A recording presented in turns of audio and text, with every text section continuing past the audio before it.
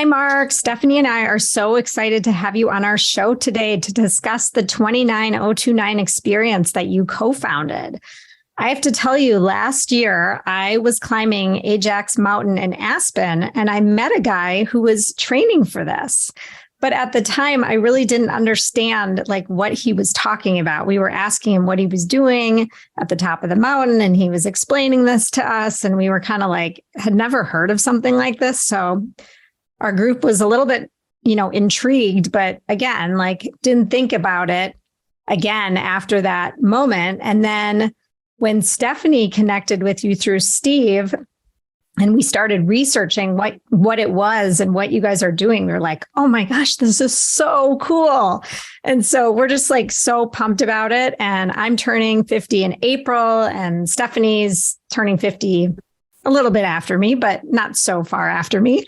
And we are both committed to trying this out. So we're so excited to talk about it more on the podcast. And before we dive in, though, one thing we do like to ask is, what is your non-negotiable to start each day?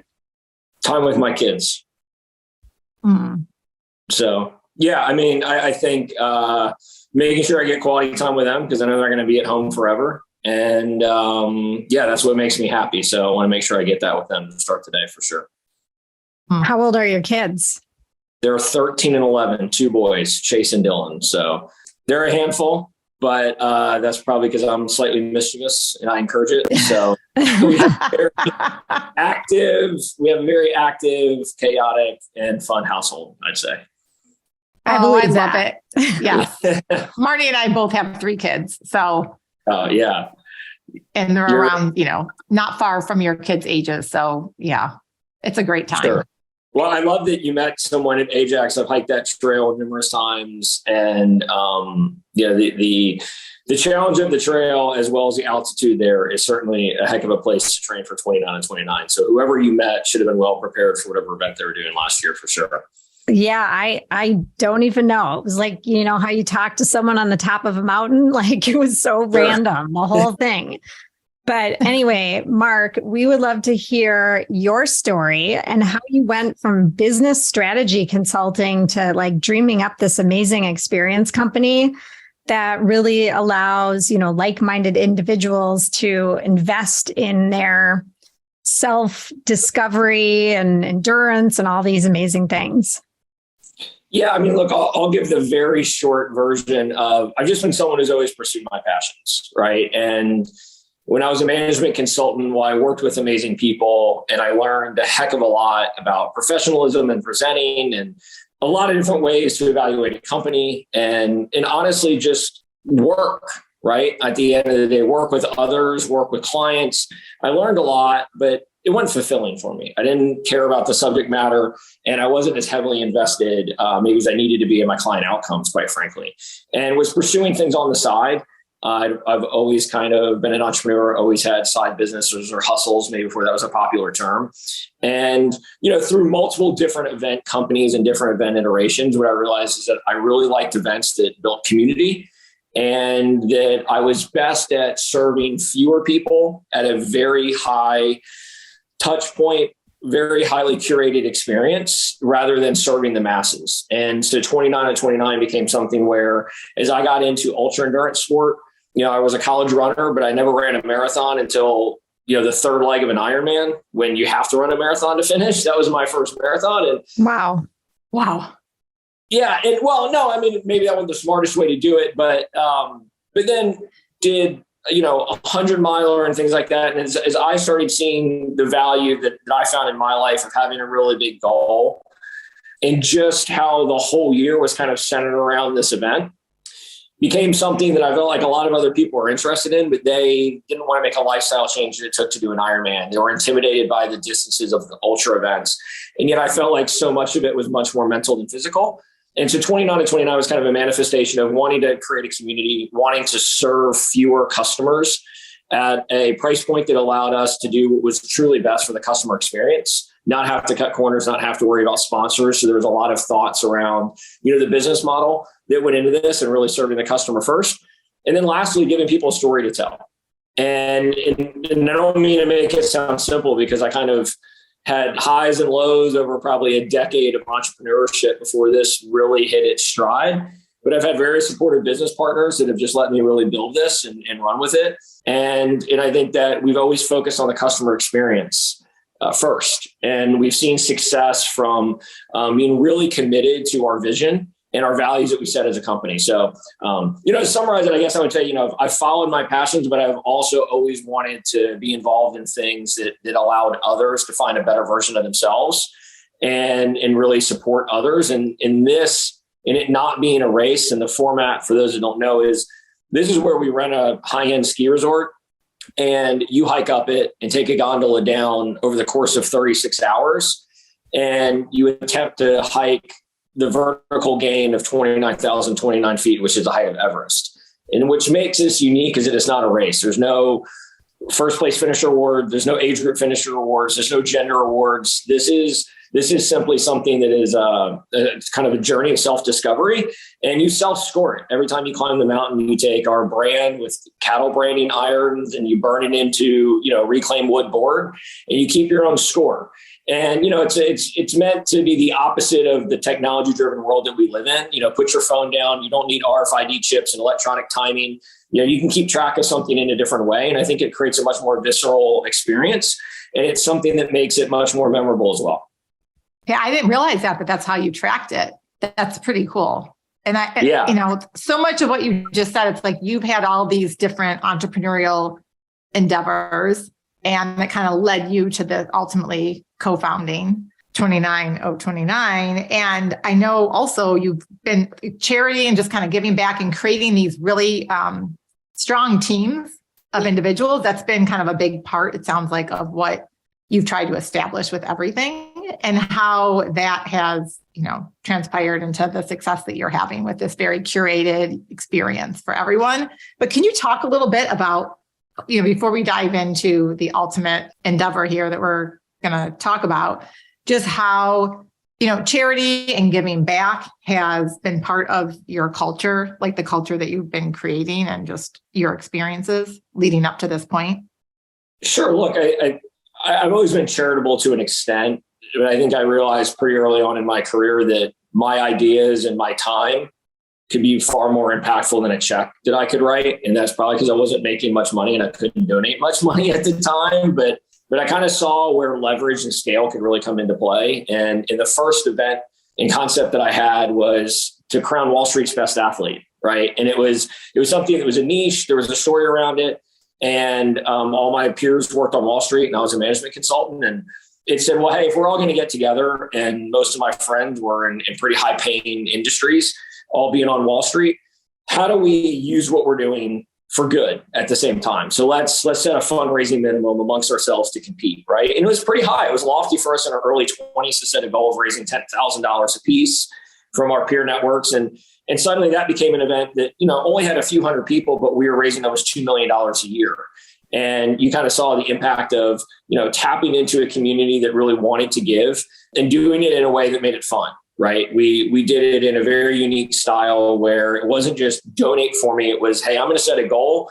If I exceed my goal, you're going to donate more. And if I miss my goal, you're going to donate less. What you find out about human behavior is no one wants to donate less, but they're happy to donate more. So there's really only upside that could be from it. And I think we kind of gamified fundraising in a sense through that event. And look, we created a community there, but then it was a community that had a very nice charitable impact. At 29 kind of the community came first. And look, at the decathlon, my event that I had with a partner of mine, while we had a tremendous fundraising success, one of the challenges was there were a lot of people who wanted to do our event that weren't aligned with, say, cancer research, specifically pediatric cancer research. They said, well, if I'm going to use my time and effort and my network, I don't want to fundraise for that. What I wanted 29 to be was not necessarily tied to one specific charity or cause, but allow people to use it as a mechanism to fundraise for whatever was important for them in their life, right? So I think we've created an amazing format where it's community first, support who you want, but as an organization, we're not aligned with any specific charity and it's not a fundraising event. And I think it gives people a lot more flexibility to use the mountain in the way that serves them and their communities and the things they care about the most. I love that. I think that's great. I mean, it's great to have charity and to offer people the opportunity to give to charities when they're doing races and different things. But I agree with you. I think it's really nice to give people the flexibility to choose who they want to donate to. I feel like a person is so much more motivated to raise that money when they have a personal connection or they're passionate about whatever the charity is. So I think that's. Of course. And, I learned a lot of lessons. The not-for-profit world is phenomenal, but I think that there's a lot of practices that don't necessarily align with an entrepreneur. There are certain standards around the percent of dollars raised and how much goes to the actual charity. I think that's important, but why aren't we focusing on the volume of dollars raised? Wouldn't you rather raise $10 million and $2 million go to administrative fees than only raise $2 million and 500,000 go to administrative fees? Like, the percentage may be better in the latter, but I'm just actually not. I did bad math there, but I think you get my point. But the over a volume of dollars that goes to the betterment of charity, society, science, whatever it may be. And those things don't exist. And what we had before is a very interesting model where, we were, quite frankly, a for-profit company that just had a fundraising angle to the event where 100% of every single dollar donated went directly to a beneficiary. But it created this weird space of, were you a not-for-profit or are you, are you a for-profit enterprise? And quite frankly, as an entrepreneur, that struggle was hard. We're a for-profit company. It just happens to do a lot of good. And yet that caused a lot of tension of, well, you shouldn't be doing that good. Right? Because you should just focus on the fundraising piece. And I think that that did get to be tiresome after a while, not singling out any certain organization or partner or anything, but it did get to be something where it was like, look, I think we still have a very great positive impact, but be in a little bit more control in the environment that we're in, and maybe not be subjective to, norms that are kind of placed on a certain type of an event or certain type of fundraising activity. Well, Mark, I'm wondering if we can change gears a little bit. And, you told us what the 29029 stands for in terms of the height of Everest. But I know the event gives like ordinary people a chance to really do something extraordinary. But can we dive in and talk about like, how does it actually work? Like logistically, like what does that 36-hour period look like? Yeah, I mean, I'll start a little bit further back and say that we're with you every step of the journey, and that the end of your story is really when you return home after 29. The main climax of the story is when you're in the event, there's 36 hours, but people's journey is far longer than that. And what I found that didn't exist in the real endurance community was a comprehensive approach, right? And what I mean by that is when you sign up for an Ironman puts on a wonderful event. I've done them. It's a first-class event all the way through. But you're on your own to find a coach, find a training program, buy your bike, find out about wetsuits. Like, sure, there's articles and things, but you're pretty much on your own to book all your own lodging, your food and beverage. And I found like that part to be overwhelming to the logistics. We wanted to make this turnkey for people in the sense where, hey, look, you can maybe picture yourself on the mountain. You say, hey, look, this isn't a race. It doesn't involve running. It doesn't involve swimming or, buying a bike. I can hike. I can do that. And this speaks to you in some way, and the community does. And yet we want to remove all the logistical barriers. So very specifically, when you sign up, people are getting a training program. They're getting biweekly coaching calls. They're getting nutritional advice. And then when they actually get to the event, their lodging is taken care of. Their food and beverage is taken care of. We have massage therapists on staff that are included in your ticket. So it's really like, hey, anything you're going to need to succeed throughout the weekend, we've kind of filtered and taken care of for you. And then the actual event itself it's a little bit of choose your own adventure. You have 36 hours from 6 a.m. Friday morning to 6 p.m. Saturday night to summit a mountain that we've rented as many times as possible and take a gondola down. So you're hiking up and you're taking a covered gondola back down. And people are sometimes nervous about safety and things like that. I mean, our longest trail is a little less than 4 miles. Our average trail is around 2 miles. We have so many people, lighting, aid stations, volunteers, music, ski patrol, safety, medical, all over a very small trail. I mean, I've done Leadville, which is 104 miles. You're lucky to see someone every 2 or 3 hours, right? So I think in the world of ultra endurance sport, this is about as contained and safe and protected environment as you're going to be in by still being, out in nature and exposed to the elements. In those 36 hours, you can hike 10 hours and go get a massage. You can go to sleep in your tent. Some of our events have safari glamping tents. Some are at luxury hotels. It just depends on the location. And it is choose your own adventure in that sense. If you come off the course, you're not disqualified. If you want to get a good night of sleep, you can just get a good night of sleep and finish the next day. Some people need all 36 hours and some may only need 20 or 22. So I think it was really one of those things where we said, hey, look, let's make this approachable, but there's no easy way to get it done. And what I'll say is, no matter what type of physical condition you're in, the majority of our participants have never done a marathon. The vast majority have never done anything over 3 or 4 hours.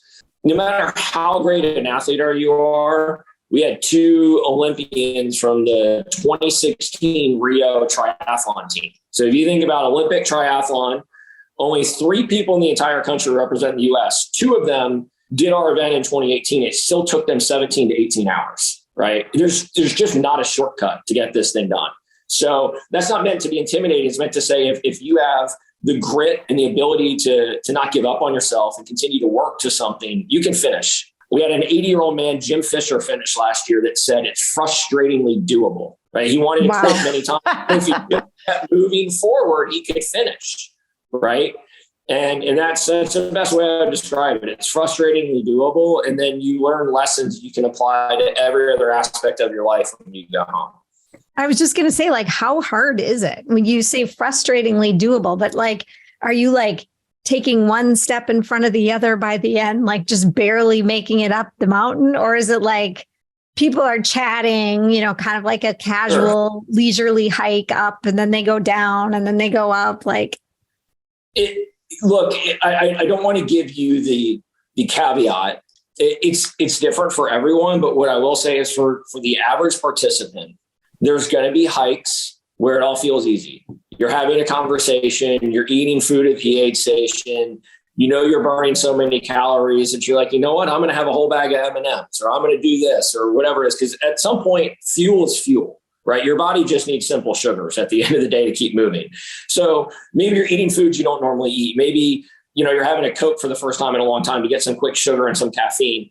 And it's fun and it's lighthearted. And then all of a sudden it's not. Right. And I think that's where the lessons are learned, is that I always say, I did 5 of the 6 events last year that we had, and people was like, well, it's easy for you.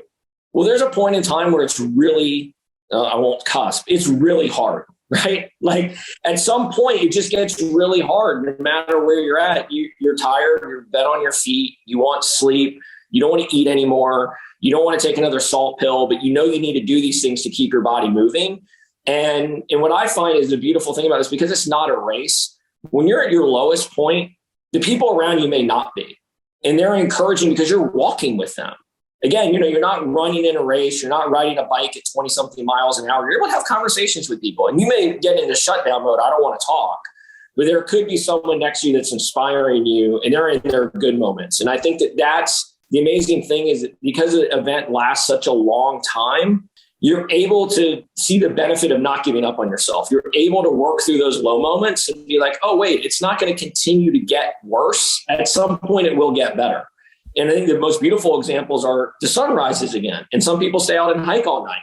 And at 4 a.m., 4:30, you finally realize the saying is darkest before the dawn. You're like, I can't believe it's this dark. And it's been this dark for this long. But guess what? The sun comes up again, and you immediately get the benefits of seeing the sun. If you're a fan of Andrew Huberman, in Huberman Lab, exposing yourself to sunlight early in the day. Well, this is a testament to the nth degree of how much you benefit from seeing the sunrise early in the morning, right? And I think that's where the beauty of the event comes in, is that you have a lot of opportunities to give up on yourself, and you get even many more opportunities to see the benefits of continuing to go and to think about things in a positive light rather than a negative light.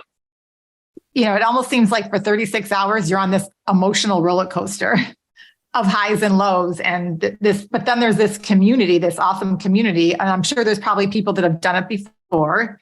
Sure. And that are at different stages of life and experience that are just there, cheering you on. I mean, I'm getting emotional just thinking about it. I'm picturing myself doing this, because as soon as we connected, I was like, Marnie and I both said, okay, we have to do this. And we actually had this idea. So she has a 22-year-old. Is Zach 22 now, or he will be? No, he's 22. He's going to be 23.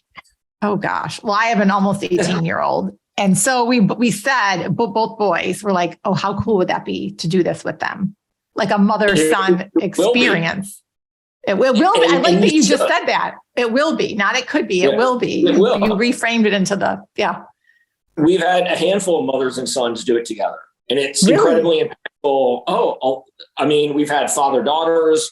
I mentioned Jim Fisher. His son Chuck is in his mid-40s, right? They did it together, right? And so you see all stages of life, but it's, again, because it's not a race, it gives you a lot of opportunities to do things with people who, sometimes a sibling or a son or a daughter could be focused on something completely different, winning, going fast, or vice versa. The parent see endurance athlete and the child is not. Removing a lot of those awards or things of recognition from this event, I think removes a lot of pressure from someone feeling like they need to perform. And it's really about connecting, being in nature. I always say nature is our silent partner in this. It's amazing to spend this much time in nature and put your phone down, right? Focus on just this task. I just did a trip to London with my 13-year-old, just the two of us.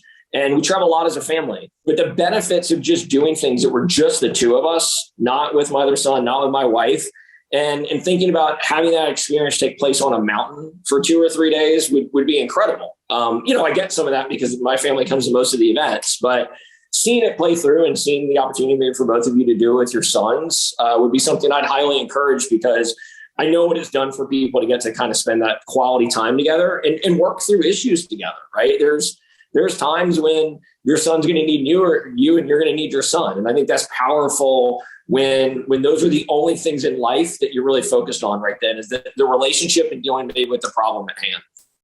Yeah. And you said just being present, being in nature, which Marnie and I talk about nature all the time on this podcast, and just getting out and putting the phone away.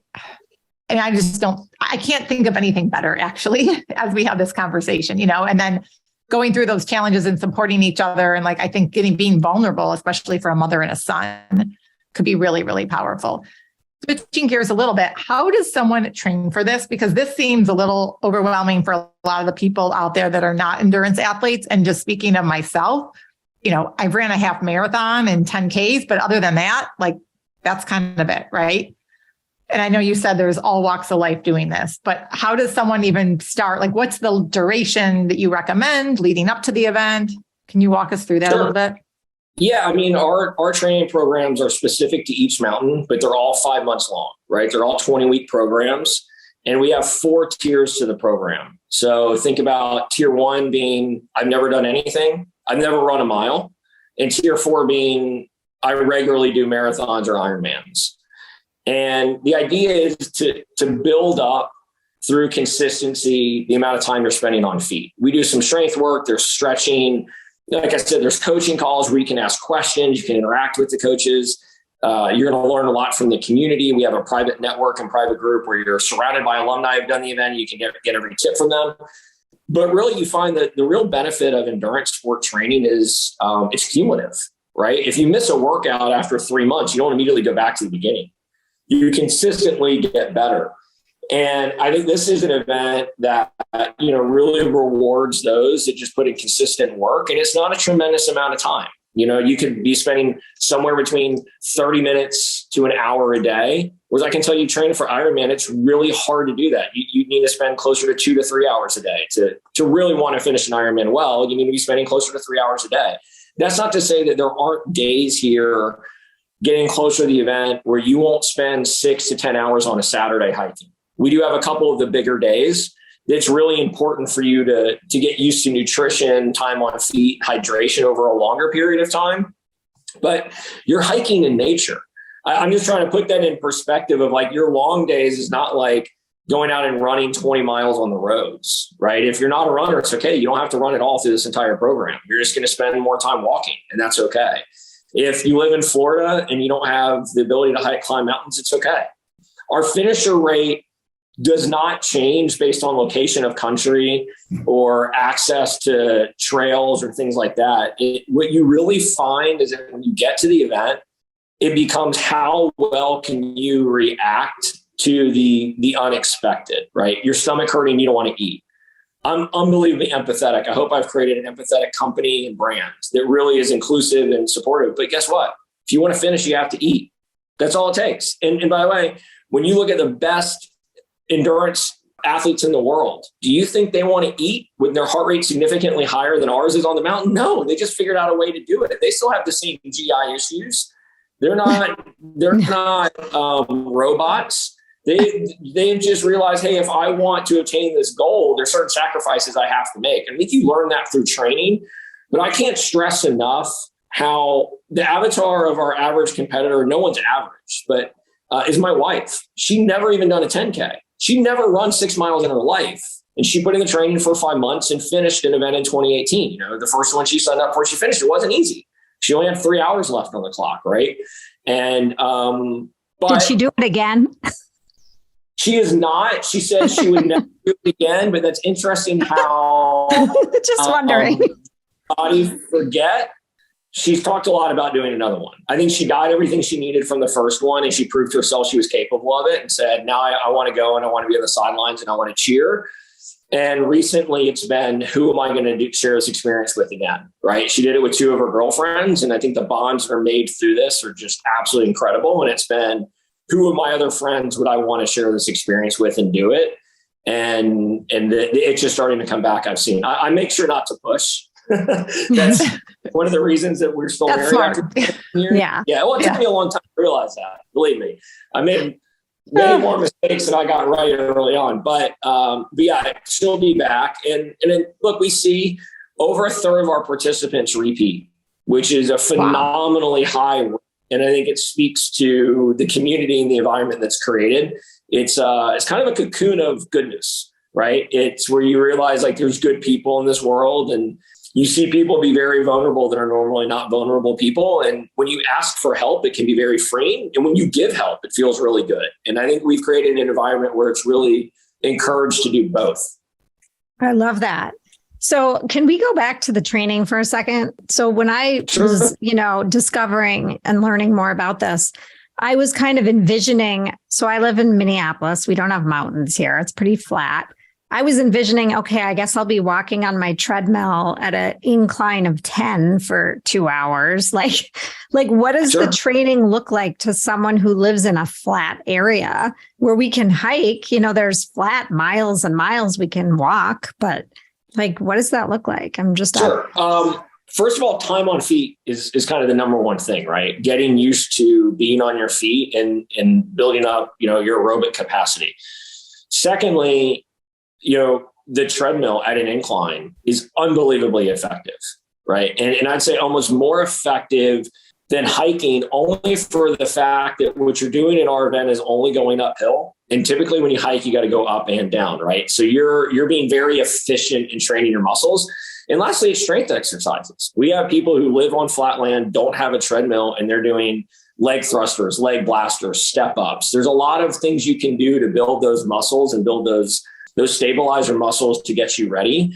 And, I want to be candid about something. We've had people finish our event never touching our training program. They go to Orange Theory 5 days a week. That's what they do. And they're fine. And what I mean by that is like, look, this is not a technical event. You don't have to perfect swimming form. You don't have to know how to be aero on a bike. This is the type of thing where if you put in the work physically beforehand through any method of getting ready for this event, I believe it truly becomes something that's significantly more mental than physical, right? It's, do you eat enough? Do you hydrate enough? Do you focus on yourself and not on others? And are you willing to forgo some amount of sleep, right? Because there really is enough time. It becomes a game of time management. The amount that I see people negotiate with themselves when it gets to be 10 o'clock, be like, I did enough today. I'm going to go get a night's sleep. I always try to reframe it as like, whenever you're done, go up the mountain one more time. Because on Saturday, you're going to be like, I'm so glad I only have 4 hikes and not 5. No one's ever woken up and been like, I shouldn't have done that last one the night before. It's always the opposite. And maybe you don't move as fast. Maybe it's hotter. Maybe, you have issues with clothing or a cramp or whatever it is comes up the next day. It's just one night of sleep in your whole life. If you've had kids, you had unbelievably untold nights where you didn't sleep. Mm-hmm. So, I think that's really what becomes important, not to downplay the training. If you follow the plan, you're fine. But what you do that weekend is going to far outweigh missing a training day or putting in extra training, because there's enough time for, I would say, there's some people that physically are not capable of finishing. But I would say that is like less than 1% of participants. Some people's goal is not to finish, just to do one hike. We have amazing stories of people overcoming injuries, car accidents, incredible weight loss stories where their goal is to get up one time and prove to themselves they could do it once. And most of the time they go up a second and a third time and blow themselves away. But for people who want to finish, there's plenty of time. And people who are physically able to finishing, it normally ends up being a mental mistake. And them kind of giving up on themselves is really, unfortunately, where a lot of people don't finish. That's awesome to hear. I think it's just fairly encouraging. So can you, Marc, share with us, take us back to the first time that someone would finish one of your experiences? How has it been life-changing for them? I mean, I can only imagine on many levels, and you've shared a little bit, but can you share a specific story of someone and just the impact that completing your event has had on their life? I won't focus on one person. What I'll say is I've seen a trend of people being highly successful in life, and yet they're doing what comes easy to them and realizing they're capable of a hell of a lot more. So they're an amazing lawyer, or they're an amazing consultant, they're an amazing business owner, or they're an amazing stay-at-home dad, whatever it may be. They're very good at what they do. And we continue as we get older to do things we're good at, right? We fail all the time as kids. We play all different kinds of sports. We try different instruments. We do all these different types of things. And then we find out failing's kind of scary. I'll just stick to the things I'm good at. What I see is this opens people's eyes up to, well, there's this whole world of other things that I'm capable of that I'm not doing. Why am I not doing that? Why am I not betting on myself? Why am I just staying in my comfort zone? There's so much more that I'm benefiting from getting out of this comfort zone. So I think the first is people go home with a different perspective on what they're capable of.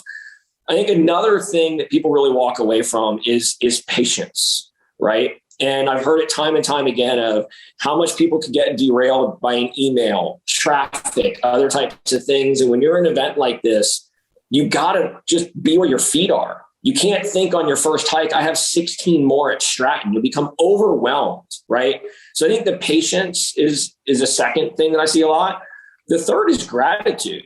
This is romantic in me, but we go to places, Whistler, Sun Valley, Jackson Hole, Snow Basin, Utah is absolutely breathtaking. Stratton, Vermont in the fall, seeing the fall foliage. And we're in some of the most gorgeous parts of this country. I think people get an appreciation of, it's not all about me. It's not all about technology. It's not all about materialistic things. I'm quite small in this world. And that transpires too from seeing the sunrise 2 days in a row, watching the sunset. Some of us don't have the opportunity where we live to have a view of those things, right? And realizing you're a small part in a much bigger thing that's going on, I think feels good too. And that initially being the world, but then very specifically this community. I think people realize how nice it is to help and be helped. So the story that I've seen is people who've never done an endurance event before, then going off and doing crazy endurance events and taking that route. People going off and launching a podcast or writing a book that they talked about for doing a decade and then being like, wait, if I can go climb for 36 straight hours, I can go launch and do this project, right? I can do this. Sometimes it was having a very hard conversation and reconnecting with a loved one that for 10 years they've been blocked, right? And this was like, wait, life is short. Why have I not talked to my sister and my brother? All those examples have come out, right? But those that I think, have had some of these most impactful experiences, it's hard for me to recognize that I was a big part in creating this and my team has been. It's very humbling. I have more texts and emails and I will never get over or tired of people telling me how it's just changed their perspective on so many things in their life. And really, I think about the world we live in today. I think people tend to mostly see the negative on social media. The world we live in is I'm very grateful for all the benefits of me being able to work from anywhere, and my phone can be my office a lot of the time. And I also realize a lot of the negative attributes that come with that. And I think this really highlights for people, man, this is a wonderful place to be. And there's really good people here. And I think people leave feeling with a sense of positivity and warmth is really what I hope. I'm just like so inspired. I, when I was like doing some research for this conversation today, I was on your website and it was like sold out. Every single experience is sold out. So how far in advance are these selling out? And like, we as a person that wants to do this must have to plan really far ahead. Yeah. I mean, look, we go on sale typically the first week of November for the next year. Okay, good to know. This last year, we had 3 locations sell out in less than a minute. Oh my gosh. And the other 2 were within under an hour. So, I mean, if it's something you want to do, you do need to. I'm not one to try to like spin the hype machine, but in the last couple of years, we've sold out day one. So this last year, we opened up a second snow basin weekend. And we launched that, and that took a few weeks just because it wasn't tied in with the initial launch. So it's harder to get back in front of the audience and everything. But quite frankly, the first 5 events all sold out within roughly an hour, and the first 3 the first 2 are within 10 to 15 seconds. So it's not quite Taylor Swift launch, but wow, it sounds like it's pretty close. Well, we focus so much on your experience.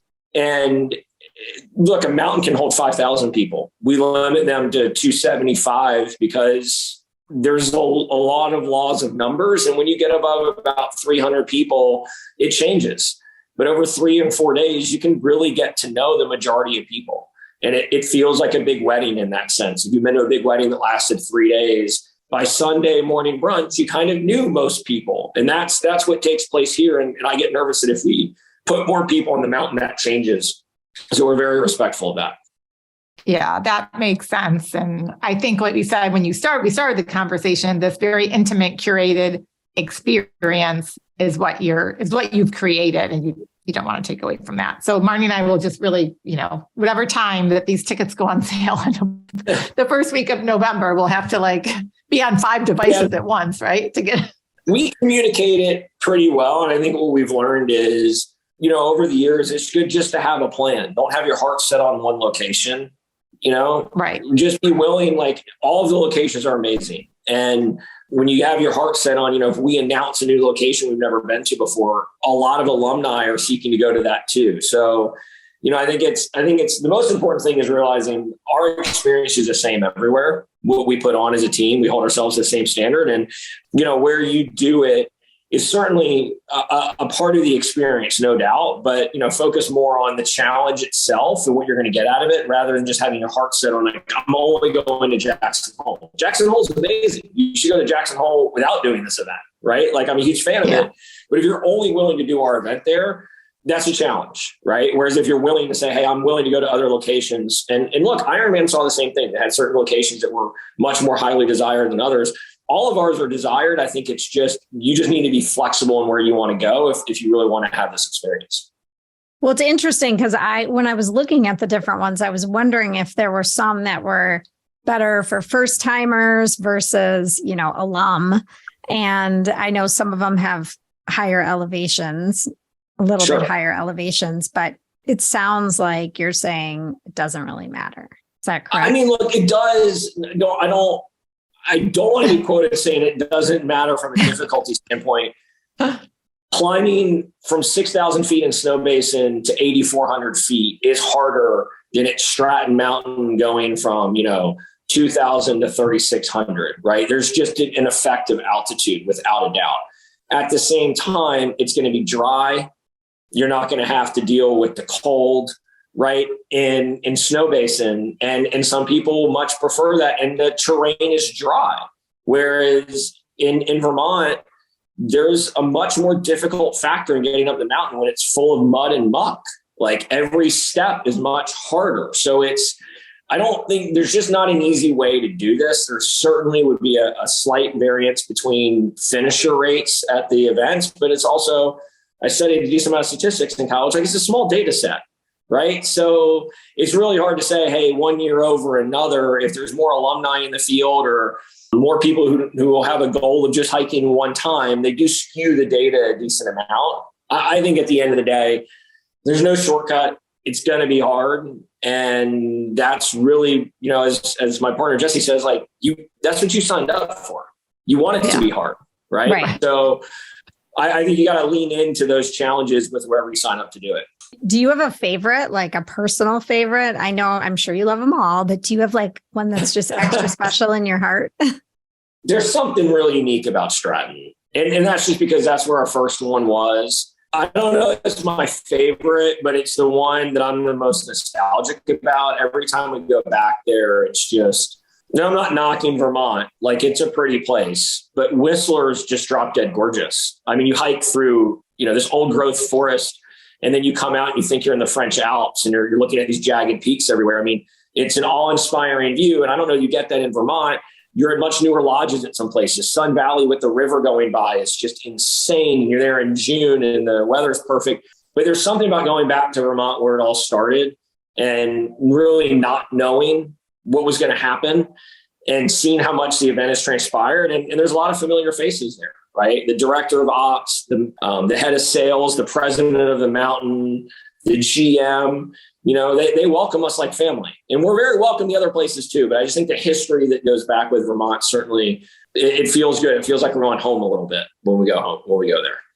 Well, I have a very open mind now. I would be excited about any of these locations based on what you just shared. Some of them I've been to, some of them I haven't. So, and clearly, even if you've been to one of the mountains or hiked it, this would be a very different experience.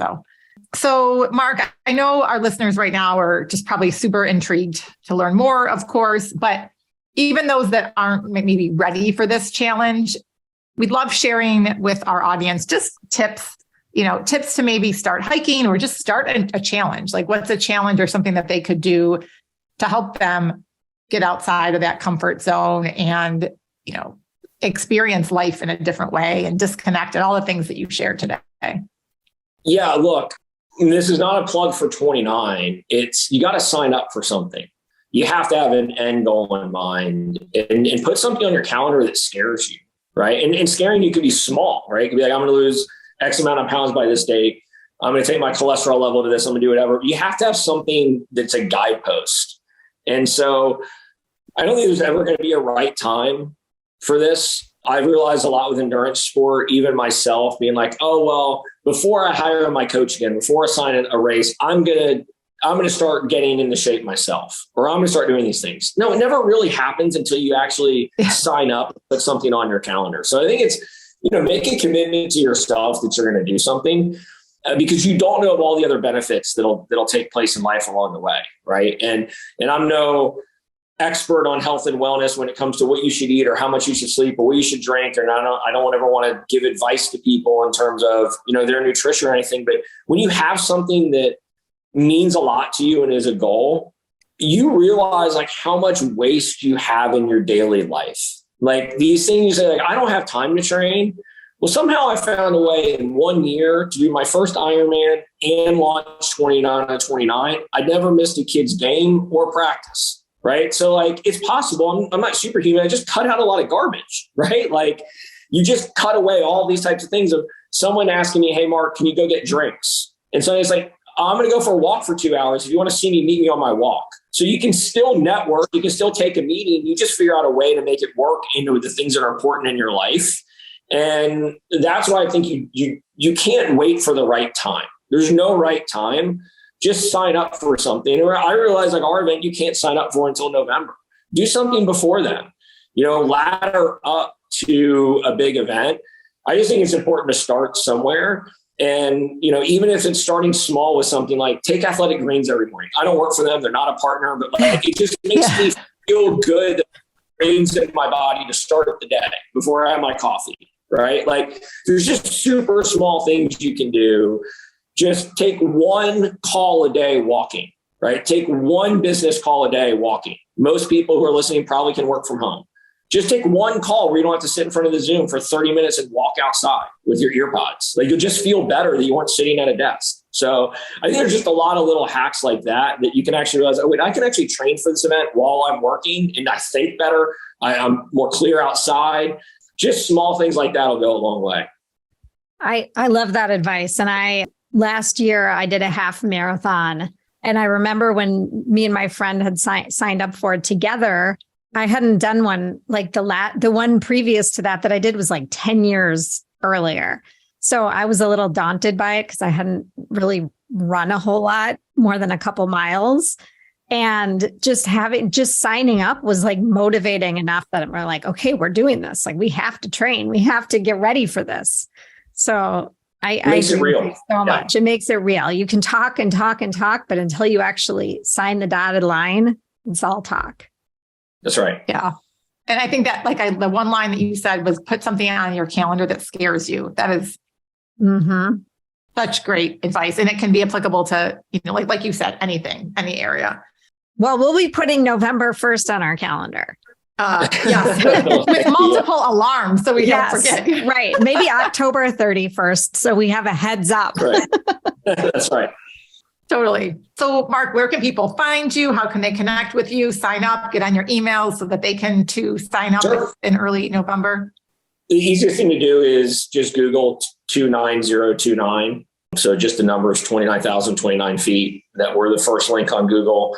I would suggest reading some of the stories on the website. Go to our website. We put a lot of time and effort into kind of recapping in people's own words their experience at 29. You'll see kind of some of the transformation that people have had in the event, and hopefully get a good appreciation for who's on the mountain with you. Right? It's just a wonderful community, and since day one we had a no asshole policy, and it didn't mean that we screamed, right? That's amazing. But just like anyone I hired, any vendor we worked with, any speaker, any coach, and I hope in our language and what we've done, we haven't spoken to that person, right? And so I think this is a place where if you're scared, if you're nervous, like, sign up. We'll take care of you. I mean, like, you have my word, and I mean a lot when I say this, that me and my whole team, we will do anything for anyone to help them finish. Right? Like, our goal is your goal, and we just want it to be the best experience possible. For some people, that's not finishing. That's okay. And you're not going to ever be pressured to finish. We celebrate every effort out there. And, one of the things that I love that one of my partners always says is, like, there's only two acceptable outcomes at our event. You achieve your goal, or you spend every minute and every bit of effort giving it your all to achieve the goal. And either one's a win. Like, if you leave it all out there for all 36 hours and you don't finish, that's okay. Like, what more? That's actually more impressive than the person who finishes in 22 hours. And we celebrate that. So there's not too many places in life where I feel like you're championed for failing or for signing up for something new. And I want this to be that place. So I'd encourage people just to start and to follow along. On Instagram, it's 29to29 Everstein. And we really just do our best to kind of be very honest about what takes place on the mountain and let people tell the story themselves. I love that. Thank you. And we'll link all that up in the show notes. So Marc, as we wrap up this conversation, one question we like to ask all of our guests is, what does the art of living well mean to you? So it's changed over the years. And I feel very, privileged and grateful to be able to say this. It's doing what I want, where I want, with who I want. That's it. Right. Like, for me, it's being in control. And right now, what I want to do is create this environment for people. I want to focus on my own health and wellness. I want to share time with my family and kids, and I want to surround them in a community that shows them there's other people that do the same thing. And 29to29 does that. So, the ability to choose to do this podcast and not be on some call or in some meeting, the ability to, take a call while walking, right? The ability to work out in the middle of the day if I want to. I think having some autonomy over that is important. And maybe that means I've turned down other career or monetary type things that I've realized didn't mean as much to me. So kind of that control of how I spend my time, who I spend it with, and what I spend it doing, to me is enabling me to live well in many different ways. Because I truly think that We all strive for balance. It's very hard to find it. But when I found the most balance has been when I've been in control of those things. That's so inspiring. And like you said, it doesn't always mean taking the higher paying job or the opportunity that may on that surface appear more desirable, but you know what brings you joy and what is your non-negotiables, like we talked about, and spending time with family, and you're able to create this life that encapsulates all that. So thank you for sharing, and thank you for sharing all your time with us. And Marty and I are just really excited. I mean, I just have this like excitement in your stomach right now, like when you were like anxious, but in a good way. That's how I feel. And so inspired. Like, it's truly amazing what you've created. Well, look, all the thanks really goes to our community and the team. I just think if you lead with, we're going to care the most in every aspect, which that's our first core principle, we're going to care the most. We've led with that since day one. I'm an empathetic guy. I wear my heart on my sleeve. I've not been scared to lean into that. And in previous ventures, I didn't, right? I tried to act as if I'm the entrepreneur. We're more successful than we are. We're bigger. We're growing faster. And now it's just kind of like, no, we're just going to care the most and we're going to do it. Yeah. And so I appreciate you giving us that compliment, but it goes a lot to my team, my partners. And I just hope to create an environment and be an inspiring leader that others want to work with. And, continue to understand that we have to just care for this community a lot. So I hope to share the mountain with both of you, stay in touch, and really appreciate you having me on today for sure. Have a great day. Thank you. Awesome. Thank you both. Bye.